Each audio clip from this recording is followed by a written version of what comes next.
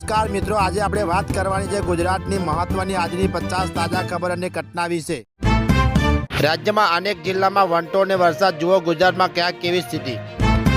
પંચમહાલ શહેરના વાહીગામ પાસે કુંડ નદીમાંથી યુવાનનો મૃતદેહ મળ્યો, પોલીસે તપાસ હાથ ધરી। એલપીજી સંકટ વચ્ચે કેન્દ્રનો મોટો નિર્ણય, પીએનજીને પ્રોત્સાહન આપતા રાજ્યોને મળશે 10% વધારાનો ગેસ।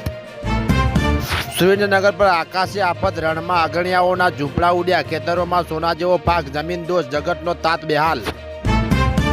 ચૌધરી અને રબારી સમાજ વચ્ચે વિવાદ, ઊણમાં હિંસક અથડામણ, મોટું ષડયંત્ર હોવાનો આક્ષેપ, સાધુ સંતોએ કરી શાંતિની અપીલ। જામનગરના ધુતારપુર ગામમાં રહેતી પરણિત યુવતીનો ગળે ફાંસો દ્વારા આપઘાત।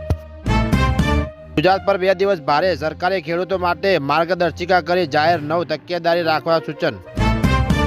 વડોદરામાં બાકી મિલકત વેરો ભરપાઈ કરવાનો સમય અને વળતર યોજનાનો લાભ તારીખ 31 માર્ચ સુધી। જામનગરમાં ભીમવાસ વિસ્તારમાં જૂની અદાવતના કારણે 2 જૂથ વચ્ચે મારામારી, બંને પક્ષે સામેસામે પોલીસ ફરિયાદ। મંગેતરની ગુટખા ખાવાની લતથી માથાકૂટ બાદ શ્રમિક યુવાનનો ગળે ફાંસો દ્વારા આપઘાત। વડોદરામાં ફેસબુક મારફતે શિક્ષિકાને હેરાનગતિ કરનાર યુવક ઝડપાયો। અમદાવાદમાં રિક્ષામાં લવ ટ્રાયેંગલ, એક જ પ્રેમી માટે 2 પ્રેમિકાઓ ખાબકી, એકબીજાના વાળ કાપી નાખ્યા। ઉત્તમ ડેરી વિવાદ, રસ્તા પર દૂધની નદીઓ વહાવી, વિધાનસભા તરફ કૂચ, પૂતળા દહનથી મામલો ગરમાયો।